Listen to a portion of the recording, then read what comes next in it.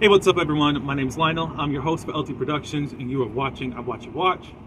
We are covering the Real Housewives of Reheated, Salt Lake City. This is season 6. This is the season finale. I don't know which episode it is, maybe 16 or 17. However, I do appreciate everyone for coming to my channel. Please like this video. You can subscribe, share it, and leave your comments below. Now let's get into this episode. I'm not going to be before you long. Okay, y'all. So, yeah. This episode was a bust. And, as I said in my title of this video, Reheated Salt Lake City Wives. We are reheating everything that happened since season 4. Salt Lake City is officially stuck. They believe the hype. And they're stuck right there, and they're trying to recreate what happened in season 4 as far as the finale. They tried to do a season 5 and all that good stuff, and for whatever reason, they just have everything on repeat, and it's not working. Just briefly about the episode. Brown, you have really disappointed me.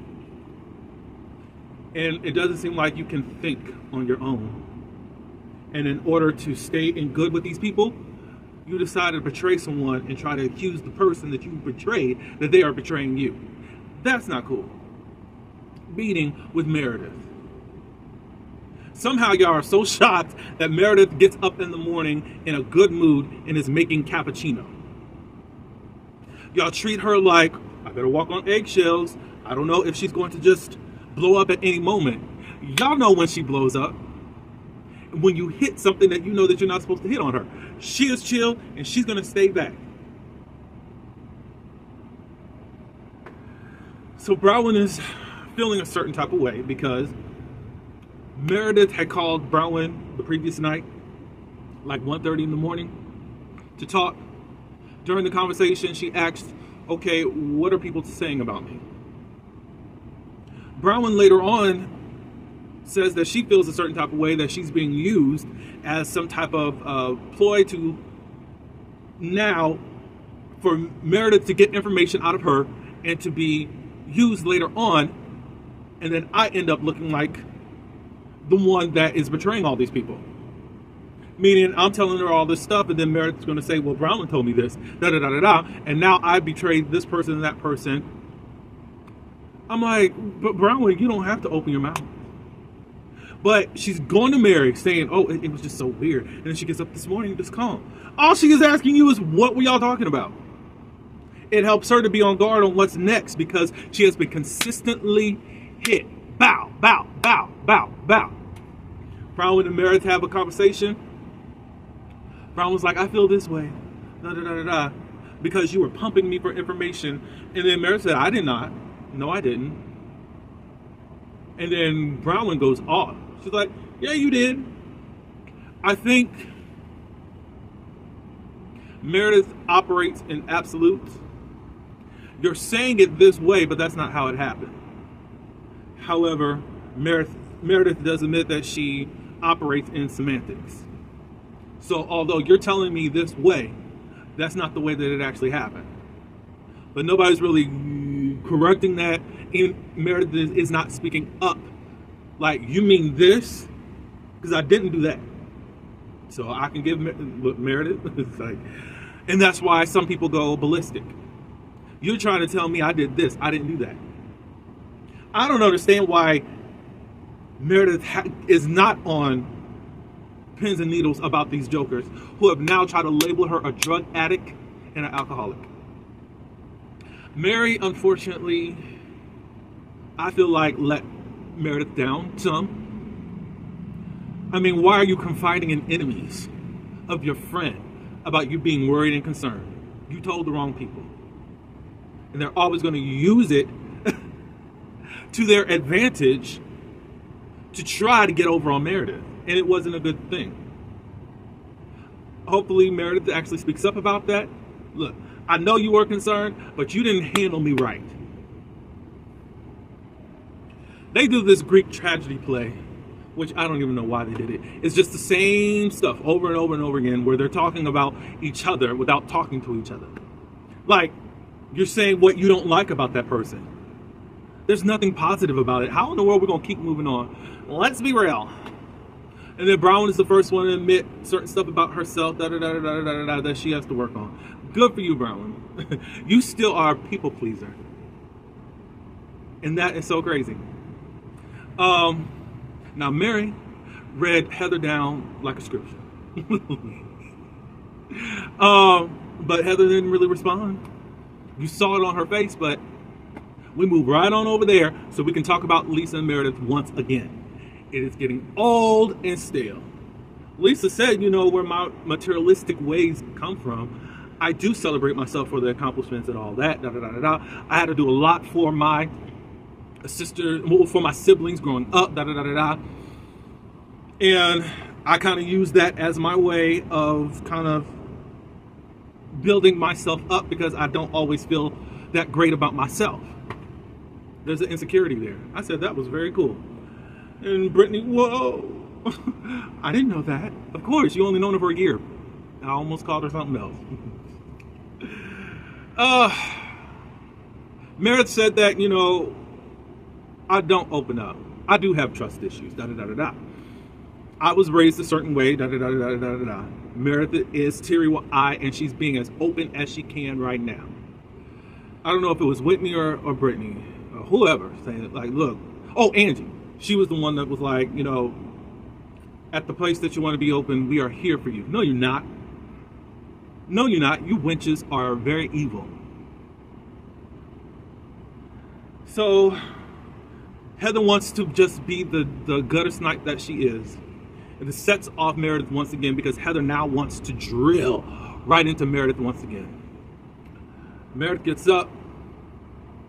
And then Mary's like, y'all being fake and all that good stuff. We are big, overgrown women. And we need to tell Meredith the truth. And you guys aren't even treating her right. Because you're saying, oh, we care. Well, you need to tell her that along with what you think, Meredith comes back.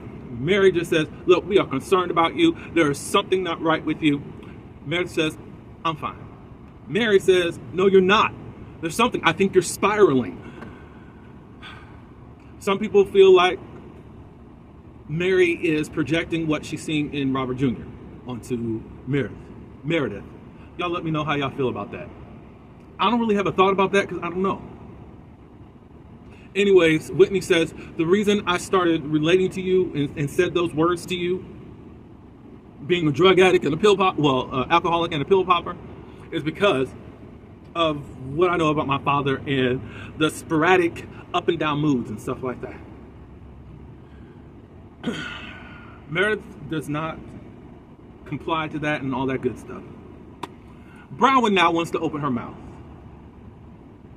She wants to say, I'm not coming for your marriage or whatnot, However, Todd and I saw Seth in New York. She didn't finish everything that she said to Mary and Whitney about being there with a woman. But she was like, I understand how it feels to be defensive, especially when people are coming at my marriage and all that stuff. I'm not coming at it, whatever. And Meredith said, yes, you are.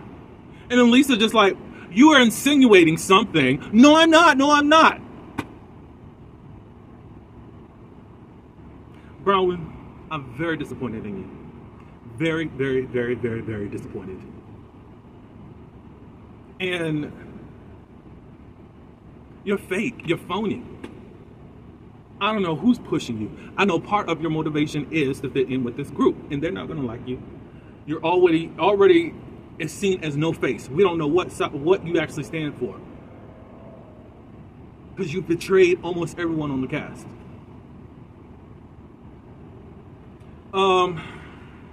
Meredith tries to leave. I forgot who pulled her back in, but anyways, Lisa went with Meredith the second time that she left because she was just tired of all this stupidity. And then Heather was like, go! Either deal with it or go! How come nobody's talking about you, drunk Heather Gay? Everybody keeps talking, keeps saying what you got going on, but you never actually deal with the issue. You never confront your own stuff. Monica said that someone other than Meredith was in this drunken stupor that you made production make sure that they scrap that footage. I guess it was the same season that she was on. I think it was you, lady. Anyways, leave or confront it. And then Heather at the end started crying. What do you mean, what are you crying for? And then that stupid cousin of yours needed to comfort you. So dumb and so crazy. Anyways, Salt Lake City, y'all walk around like your ish don't stink. And you're musty. Your underarms don't have deodorant on them. You believe the hype and you're stuck and you don't know how to make the show. And I understand that there is added pressure on you to live up to season 4, those moments. I really get that. Because that is what catapulted you into pop culture and even into the government, even using the sayings that you guys said, specifically Heather. However, y'all got to regroup and regroup fast. And really, you're Bravo's last hope of a dying franchise that nobody likes to talk about. Nobody likes to talk about whatsoever. You're just as bad as the Real Housewives of Atlanta. They felt themselves and got lazy. And they're only living off of the hype and what people knew of yesteryear. And also under the guise of, we got to protect everything black. We got to protect our black shows on a white network. That's done with our money. They don't need our money. They got enough white folks now. They don't need us no more. You're stuck just like Potomac since season 4. They peaked in season 4 and just been stuck. They still doing the same stuff. It looks entertaining because some different people have been switched out this season. However, doing the same stuff. It only got popular. It got a different type of popularity because of a fight. That's all I got for y'all. Yeah, Salt Lake City. All I know is you got to change. I wish there wasn't any type of shakeup where you got to get rid of folks, but it's got to be because you all are too comfortable. You produce yourselves way too much. You're not being in the moment. You're making moments and it's all clashing. That's all I got, y'all, that you guys can tell me what you think.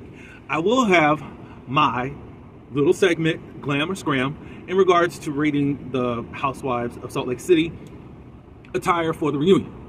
That'll come out before the actual reunion, so probably like next Tuesday I'll have it out there beforehand. And of course I will start reviewing the reunion same time or same day, possibly earlier. You'll get the next videos out. There's 3 parts, so let's see how much they piss me off. I appreciate everyone. If you stayed to the end, thank you very much.